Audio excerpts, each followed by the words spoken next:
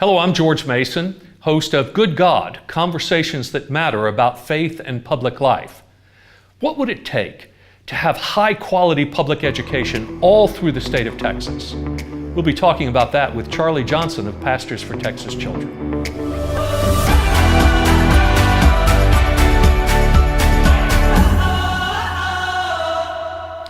Welcome to Good God. I'm joined by Charlie Johnson, my good friend, who is the founder and executive director of Pastors for Texas Children.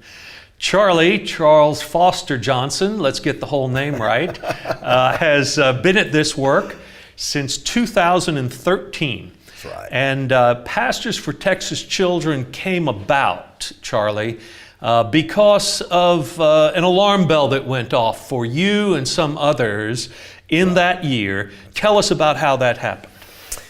Well, several years before that, George, our friends at the Christian Life Commission asked me to represent the Baptist General Convention of Texas in public education advocacy.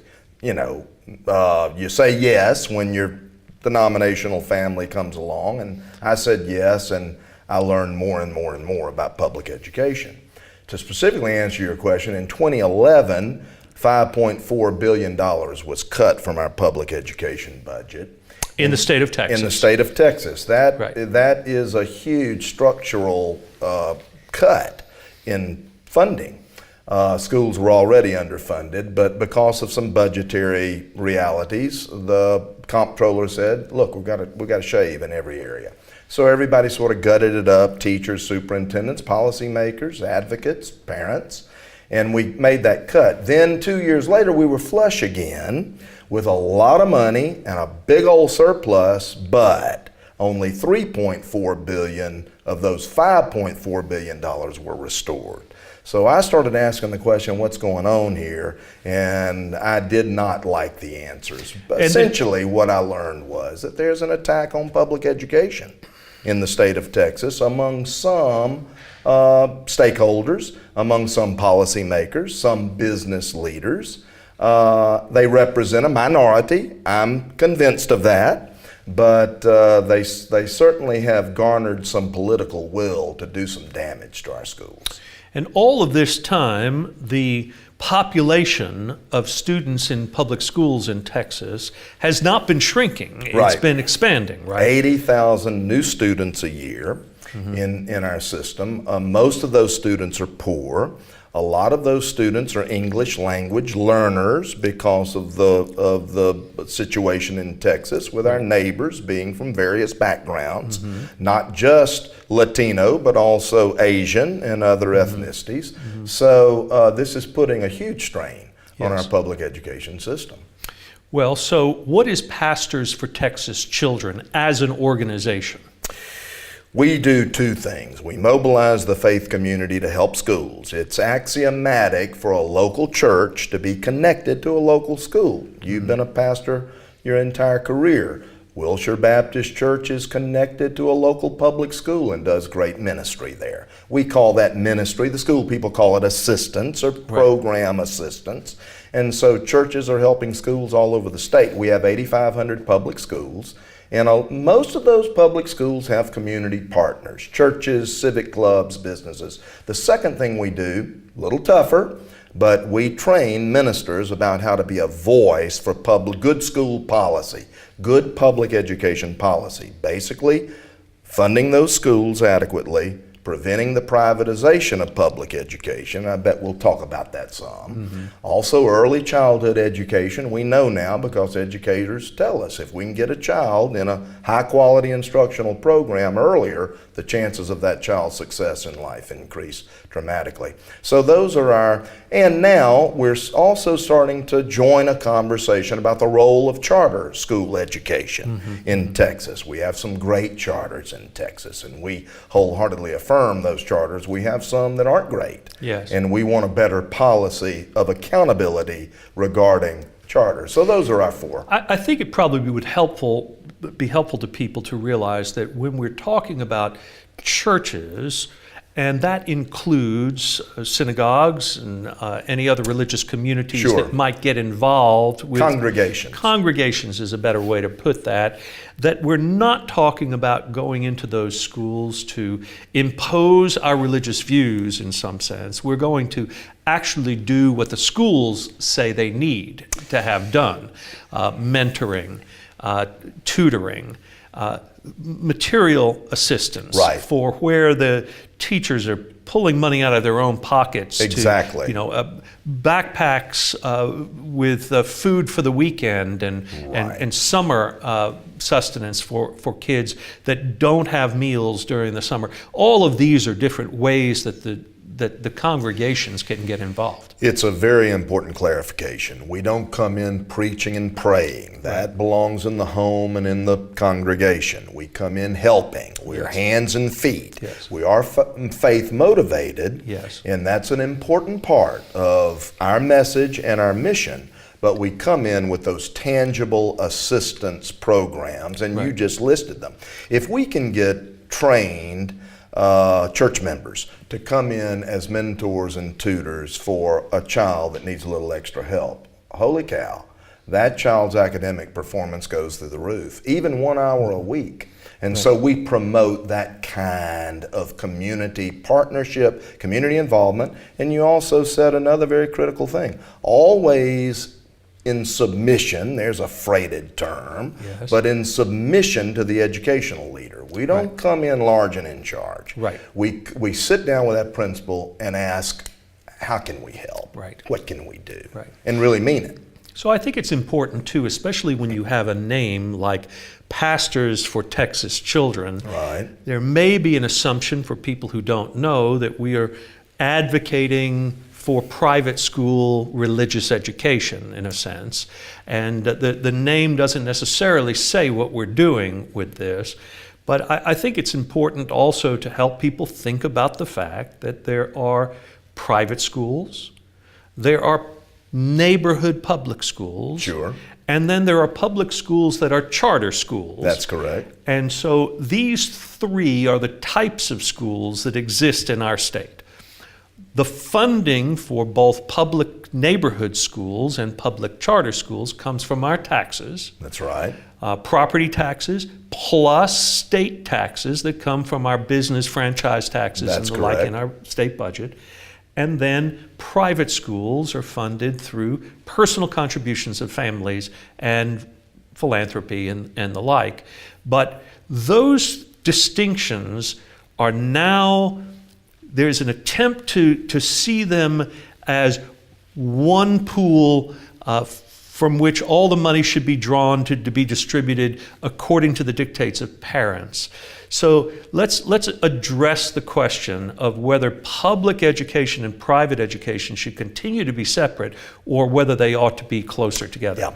So the private school was started in the first place so that those children would not have to submit to state oversight and state accountability, so that religious programming could be done through those private schools. Usually they have. Most of them do have a religious point of view.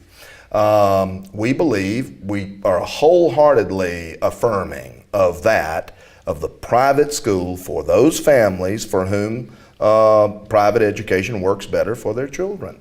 We don't want the government coming in through vouchers and other privatization measures, giving the private school money, and then coming and saying you have to take the STAR test, you have to subscribe to all of these accountability measures. So we have lots of private school pastors in our network. We have pastors with church schools that say no to those privatization policies. Because when the government comes in and begins to regulate, there is a loss of religious liberty that those schools experience. That's it. It's the camel's nose under the tent, so to speak. It is. And it's better to have that separation, but there's a seduction, isn't there? There is. And so religious liberty and church-state separation is a key principle for our movement and our network. on both the establishment side of the First Amendment and the free exercise side. Right. We want those private schools to be able to do as God leads them to do. Right. That is part of our God-given liberty and to express our devotion to God in the way the Spirit of God leads us.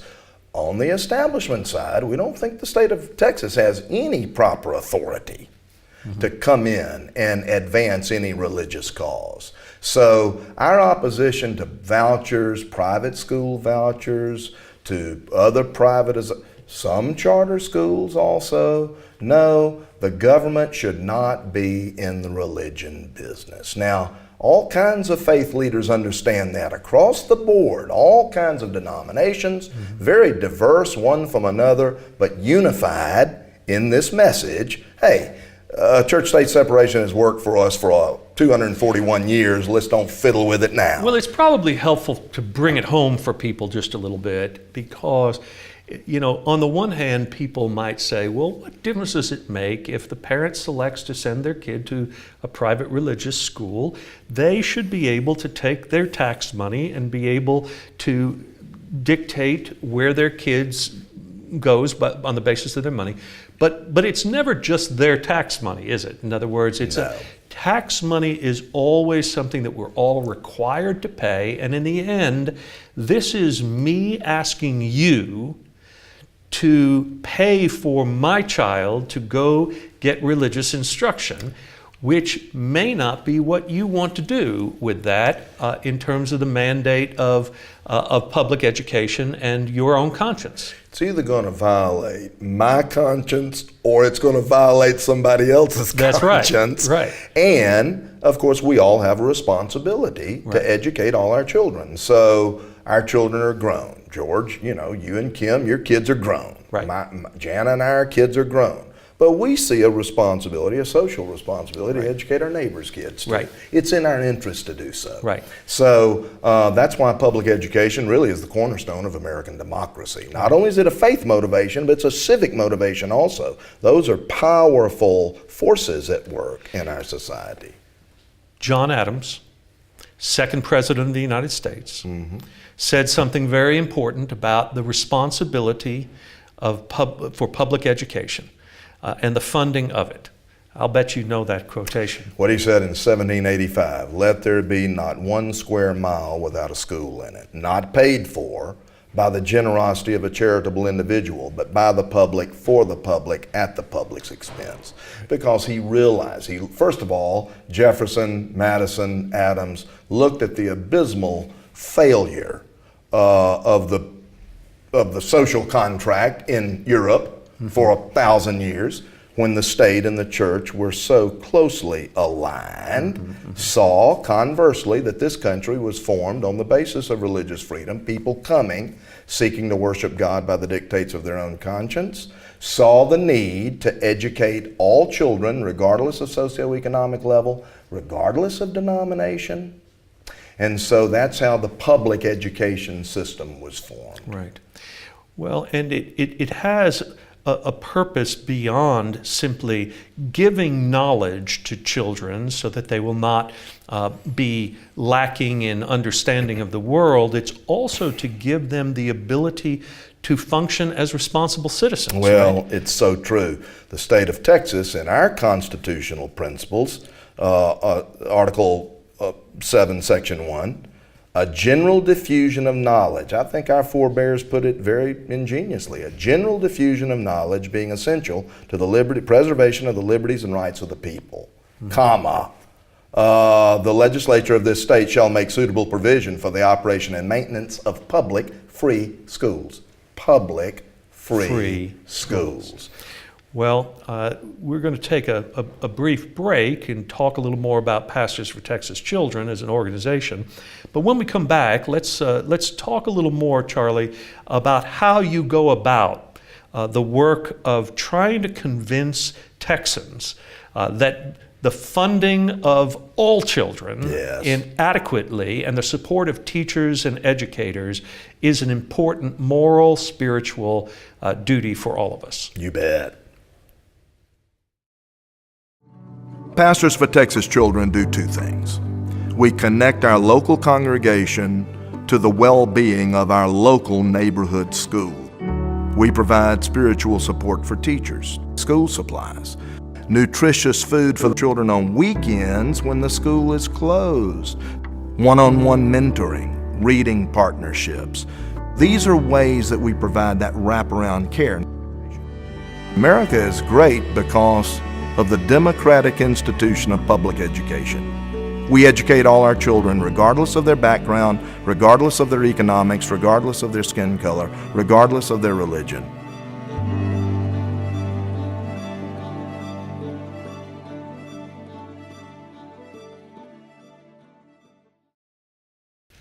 Charlie, you and I are both Christian ministers. We have been since We've the been- earth cooled. It seems like it. Long career where we've been working in congregational settings. You've been the pastor of several churches, taught preachers how to be pastors and preachers as well, and now you're doing this work. And part of this is whether you're doing it specifically in your way or by helping our congregation in my way. We have a concern about this that we think is deeper than just the practical civic responsibility. There is a kind of spiritual, God-motivated, faith-inspired passion about this for you and for me. Tell me where that comes from. Perhaps the bedrock conviction of Christian faith is love your neighbor as yourself. Mm-hmm. George, you and I were a part of an opinion piece several years ago that was centered around that theme. Right. And it's so simple, and it's so beautiful, and it's so profound. And people of faith want to love their neighbor as they love themselves. Right. And God leads us to do that. Every human being's made in the image of God. When we read the old story, interestingly enough, I had never preached this text. God places the human in a garden. Every human being gets to eat. God's provision and generosity.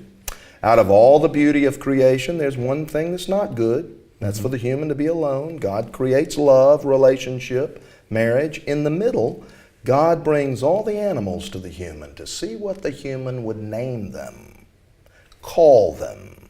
And that naming instinct, I have come to believe, is education. It's the labeling, classifying, categorizing God's creation, all of the phenomena of the world. We have to be able to do that. Right. We need all three of those things to be fruitful, multiply, replenish the earth, and subdue it. It's justice. Yes. It's somebody said justice is love in the public square. Yeah. And you have preached on that powerfully throughout your career.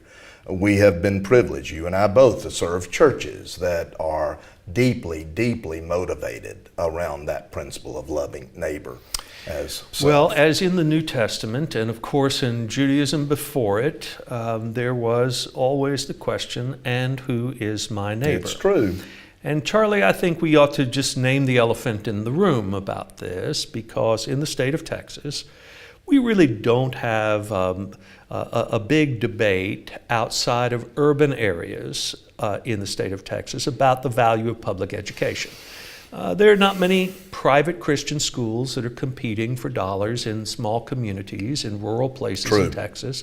But those communities are, to be fair, more homogeneous. They are whiter, you might say, in some Increasingly cases. less so, but Perhaps still. so. But traditionally, there's a sense that everybody in the community is interested in everybody else's kids and that sort of thing. Sure. Not so much true in the places in urban centers where we saw during the 60s and 70s white flight into suburban school districts. True. Leaving our school districts in urban settings to be majority-minority.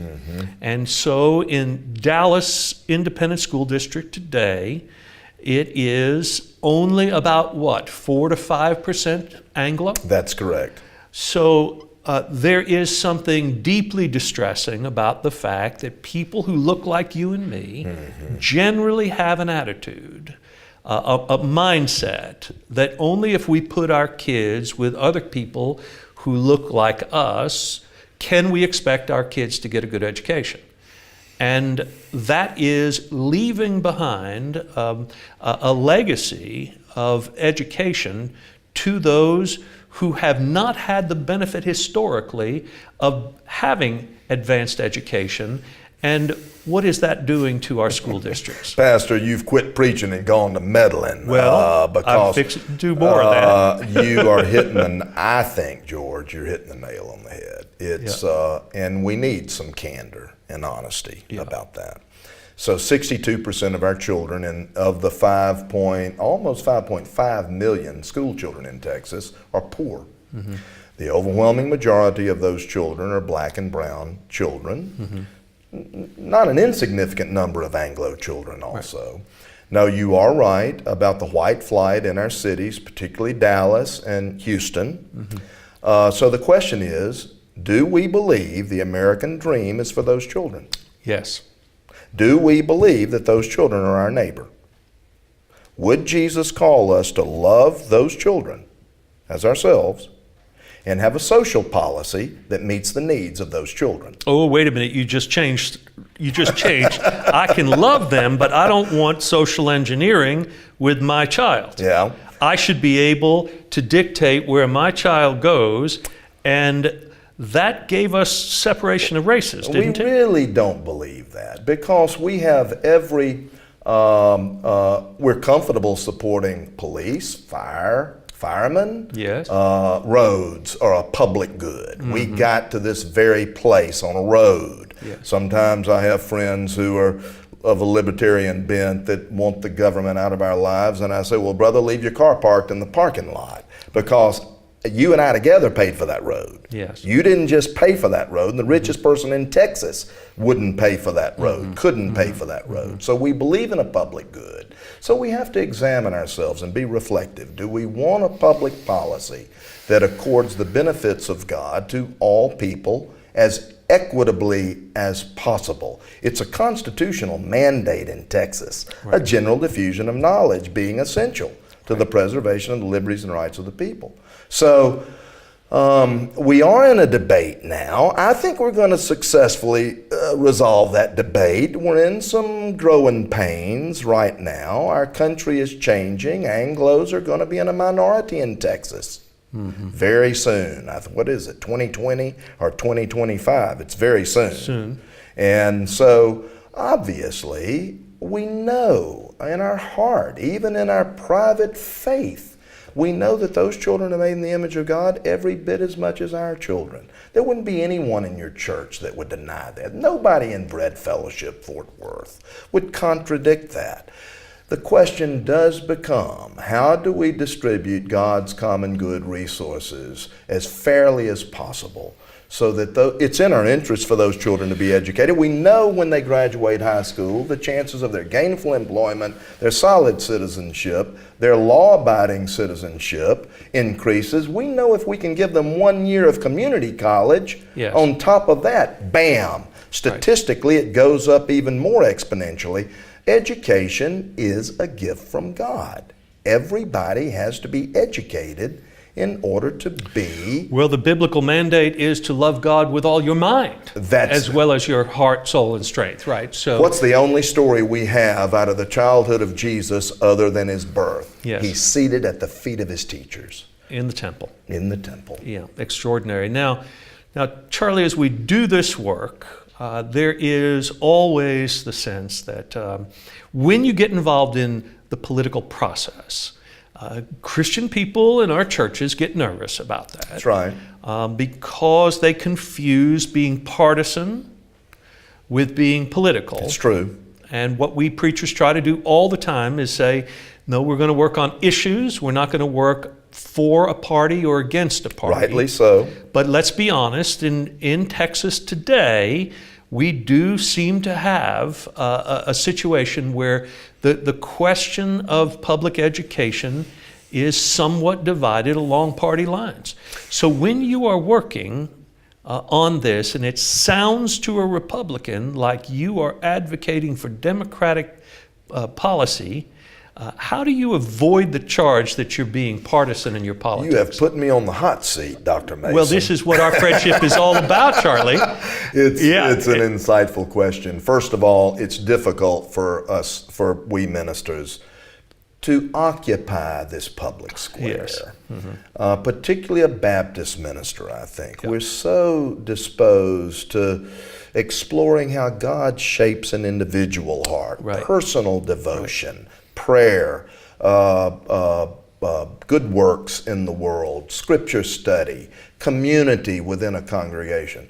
We just say in our movement, and you're an important part of this movement, George, you were one of our first leaders, we say, how do we take all of that and put it in the public square, like Jesus did?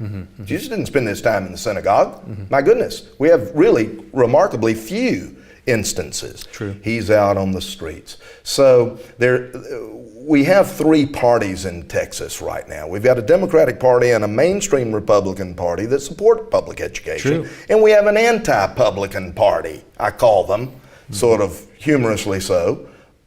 Very a fringe element. They are enjoying some electoral success these days, at least on a statewide level. That doesn't believe in the public good. They're more libertarian in their bent. I do think they represent an older, white demographic, more affluent demographic, our age, frankly, and older. We've now entered that category. Thanks for reminding me. Generationally. Shave that beard so I don't have to make it more gray, would you? And so the question is, how can we keep what is ours? Right. And it's not in our interest to do that. That's not the way our fathers and grandfathers thought. Right. They were the greatest generation that wanted to preserve the blessings of liberty for everybody, for all. All right. Now, here's one of the challenges I think we all face, whether it's preaching in our church, our churches where we know people will disagree with us, or it's getting involved in a political world where we know there are some who have deeply held convictions that we do not share. How do we model a way of being engaged in advocacy Yes. that respects people's differences and doesn't put them down, demean them, Yes. demonize them, and play that same game and simply try to play it better than they do? Somehow there has to be a way that when we engage in the political process, we model a spirit that is both passionate and committed to its goal, but also really acts in love. How do you wrestle with that personally in this work you're doing? I try to take a moment before I hit that send button, whether it's posting a message on a social media platform, which is a powerful tool for Yes. everyone. Our church members, our fellow Christians, we all have a Facebook account. Many of us have a LinkedIn or Twitter account. That's a wonderful platform. It's a wonderful opportunity to witness for Christ. But take a pause before you send that email and say, does this reflect my fellowship, my discipleship of the Lord of love? I fail that test often, George. I'm passionate, I'm impatient, I'm indignant.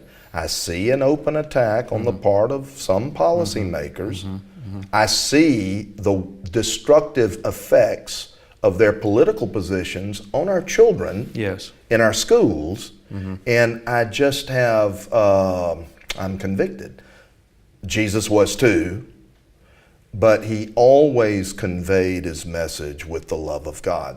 Our political opponents are made in the image of God also, and nobody is changed by a big old brick bat over the head. Well, it is true, however, that Jesus was pretty angry at times about religious hypocrisy. And we like to think about the Sermon on the Mount, Charlie, with all his beatitudes of blessed are you. But the Sermon on the Plain also included a whole lot of and woe to yous. It did. There were a whole lot of brood of vipers out there that he named. So there is a sense in which, but he didn't talk about the vulnerable and the weak that way. You talked about Jesus was with the vulnerable and the yes. weak. He was with them. Indeed. And this is what we're learning. If we can do the school ministry, that gives us the authority to do the advocacy. Wonderful. If we're in those schools and we're filling those backpacks for those poor kids right. so that they'll have something to eat on weekends, and we're doing the one-on-one mentoring, and we're taking up those school supplies not just once a year but once a month, so that those teachers don't have to spend $1,000 out of their own pocket. Yes. First time I heard a preschool teacher tell me how much money she spent at Walmart on britches for her little fellas who had accidents, I couldn't believe it. Right. It's arresting. Yeah. And so we do the ministry, we've got skin in the game, right. and then we take that to the policymaker and they start trying to say how the cow ate the cabbage, and we say, Representative, hold on. Right. I've been in that school. I know what goes on in that school. Have you been in the school? Right. Have you visited? Do you mentor? Do you, are you there every week? Well, Charlie, we can see this as a passion for you, and we hope that it is contagious. Thank you, George. We know you have a viral personality, so I'm sure it's going to be. Thank you for your time with us today. Oh, man, this has been and thanks fun. for all the work you do. Thank you, friend. You bet.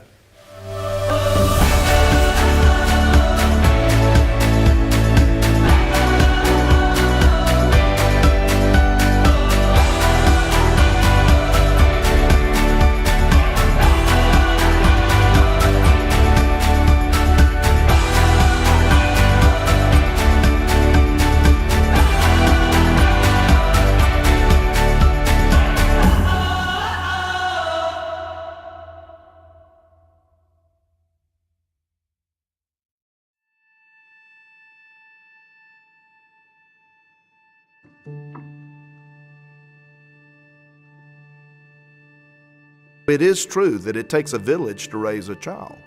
My neighborhood helped raise me. So let's let the church be that village. And I would be hard-pressed to think of a more critical investment in the public good than getting involved in your local public schools. And that's what Pastors for Texas Children is all about. Oh God, we thank you for this day. Accept our thanks for the men and women of this great chamber. Today, oh God, let them be mindful that they represent all the people of their districts, especially your precious least of these. I led churches that always, in a general way, endorsed public education for all children. But when I went to Austin, got involved in policy advocacy, got involved in governmental affairs as a faith leader, I learned that there are very specific policies designed to hurt public schools. Pastors for Texas Children do two things. We connect our local congregation to the well-being of our local neighborhood school. We provide spiritual support for teachers, school supplies, nutritious food for the children on weekends when the school is closed, one-on-one mentoring, reading partnerships. These are ways that we provide that wraparound care. Pastors for Texas Children and Fellowship Southwest have just this really synergistic, mutually beneficial relationship. These are some of the most at-risk people in our state, and we found really tangible handles to love them through Pastors for Texas Children. Fellowship Southwest gives us an opportunity to export our model to other states. Their partnership can help us to mobilize more and more and more faith leaders and faith communities for public education. America is great because of the democratic institution of public education. We educate all our children regardless of their background, regardless of their economics, regardless of their skin color, regardless of their religion.